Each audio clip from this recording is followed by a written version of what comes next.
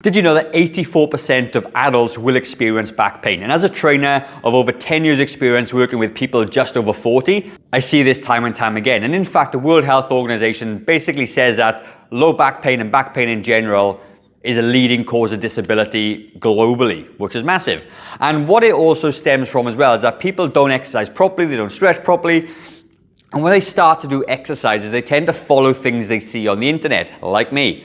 But you tend to do the wrong kind of exercises. So in this video, I'm going to share with you 3 common exercises that not only will aggravate your back pain, but could contribute to back pain in the future. I'm going to give you 3 alternatives to do a better job of building the muscles you're trying to build without the risks and the downsides attached to that. The first exercise that we've got is a staple in everyone's programs in the entire world, and it is crunches. Now, if you've got lower back pain, neck pain, upper back pain, this is never going to be helpful. And the thing of it is, when you're trying to do this exercise, a lot of people haven't got good core strength to start with. And when you're lifting, if you're overweight or you're heavy, you're lifting a huge amount of weight forward and getting the abs to contract. But what it also does, it puts your joints in a funny position as well, and it can actually damage the lower joints in the back as well, and not to mention the strain in your neck. So when you're trying to bang out these crunches here, you're just hurting yourself and contributing to your pain without even actually working on the muscles you're trying to work. And the other thing I want to explain to you as well is that crunches, although they have a place in plans, I'm not saying it is never black and white, must not, should do. But when you're crunching, think of what you're trying to achieve, right? You're trying to pull down loaded into this position, but in real life, we never do that. We never put ourselves under load in this direction ever, maybe if you get out of bed, okay? But the thing of it is such a non-functional exercise for whatever that means. But functional to me means things that you do in every single daily life as well, right? So you never do this movement in real life, okay? So you might be thinking, well, what can I do instead to strengthen the core but not do crunches that hurt your neck? And I'm glad you asked. I'm going to show you a fantastic core exercise that in my opinion is 10 times better than crunches. And that exercise is something called a farmer's carry. Now, why do I love the farmer's carry so much? The farmer's carry is something that we do every single day in terms of carrying groceries around or, carrying bags upstairs or putting them in cars, wherever that is. Very highly functional, and in my sort of understanding of functional, which is to do things in real life. So when you're doing a farmer's carry, what you're doing is, as you stand up nice and tall, your core has to engage. If it didn't, you'd fall over, okay? So if I didn't engage this side of my core, I would fall down this way, okay? So you need to engage your core like this. And by holding a heavy weight in one side, it's going to do a fantastic job of stabilizing this side of the core. The other added benefit is that it actually works your grip strength as well. So it's an added benefit to this exercise because a lot of people over 40, 50, 60, 70, 80 really struggle with grip strength and they're not able to open up jars. So it's a double whammy, okay? So I'll give you a bonus tip. So the farmer's carry can be done in a couple of different ways, okay? You can hold it and just stand. If you've got, say, sore knees or your balance isn't amazing, you can just hold this exercise and time it for 30, 40 seconds or whatever you need to do. Then obviously you swap sides and do the other side. Or the other thing you can do, you can walk with it to make it a little bit harder. So you can go heel to toe, look forward, and it's going to cause a lot of instability in your core, and it's going to allow you to adjust as we would in real life to strengthen those deep core muscles and even the abs as well to some degree. So they're the 2 options you could do with the farmer's carry. Both of them are valid and both of them work really, really well. And it's going to be a lot better than doing crunches because although it looks good and you see people with 6-packs doing crunches, it isn't super functional and it actually contributes to your lower back pain or your upper back pain as well.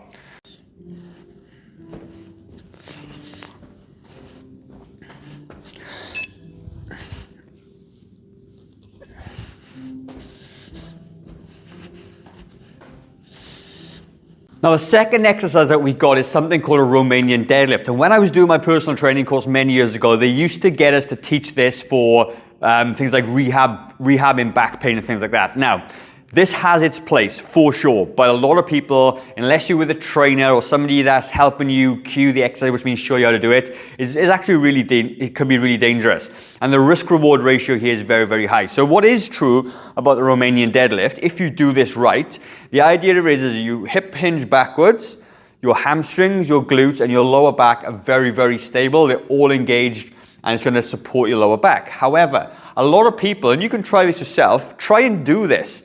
everyone really struggles and they end up bending their back. And when you've got a big heavy weight stuck between your hands and you bend your back this way, you can put loads and loads of pressure on your joints in your back, and it spreads out this way, and you could end up, aggravating a disc, or if the weight is heavy enough, even slipping a disc or something. So you may be thinking like, well, I've heard it's good, why shouldn't I do it? Well, you're thinking what you're trying to achieve. You're trying to come back and you're trying to work the muscles in the back, the posterior chain muscles, if you like. And this, although it's a good exercise, and I will do it in my training program, but people who are new and beginners to exercise, this is very, very bad because they can't do the form properly. So a better alternative, and which I will always give to my clients instead of this, is something called a bird dog. Okay? And a bird dog exercise will very much work the same muscles, but in a much safer way. So when you think of it, I'm on all 4 points of contact right here. And as I take one arm and one leg out, the muscles are all against gravity. My back is really, really safe and it's really flat. So I'm working the glutes, I'm still working the hamstrings, I'm working the upper traps and upper back at the same time. And my core is working to stabilize me, because otherwise I would fall over, right? So you can swap sides and you can take it out this way. You can even use very light dumbbells to do the same thing as well. But this exercise is going to be way, way more beneficial, way less risk, and be able to work relatively the same muscles as well for no extra pain. So when it comes to back pain, this is going to be a much better option than the more technical Romanian deadlift or stiff leg deadlift instead.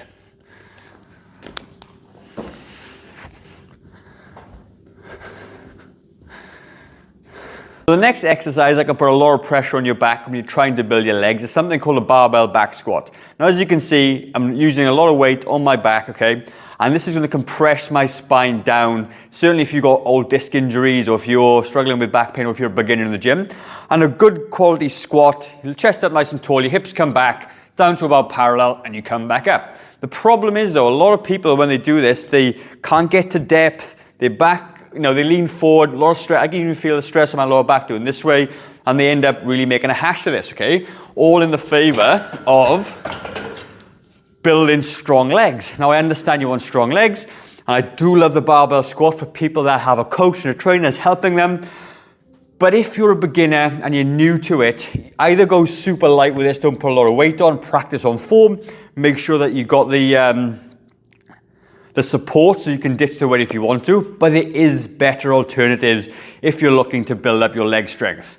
My exercise of choice is going to be a goblet squat. So a goblet squat is very simple to do. You hold the weight in front of your body, you lock the arms down, okay, into your body this way, keep the weight close to your body as well, so it's like at one with you, and you do the same thing, you just squat it down, and you come back up. And you will find that your core has to work very, very hard, probably a little bit harder than the barbell back squat to support you in this position. And therefore, you're getting a great workout in your quads and also a core workout at the same time.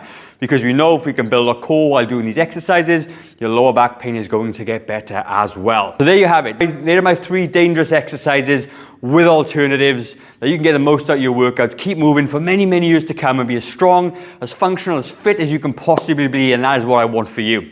Now, if you would like a full program to follow that I completely designed for people over 40, okay, all you do is comment strength down below. I will send that over to you in the PDF form. If you then want some recommendations how to change one of the exercises, because you got maybe a bad knee or a bad shoulder, all you have to do is email me. I'm very, very accessible, okay? And I've got a small YouTube channel, and I'm more than happy to help out where I can. I just come here to give you guys value and try and be a really good personal trainer that brings common sense, alternatives, and smart modifications for the over 40 in mind. So if that is you, comment strength, I will send it over. I'm going to leave a video in the top left corner. It'll be something that YouTube recommends that you're going to like, so jump over there and I will see you soon.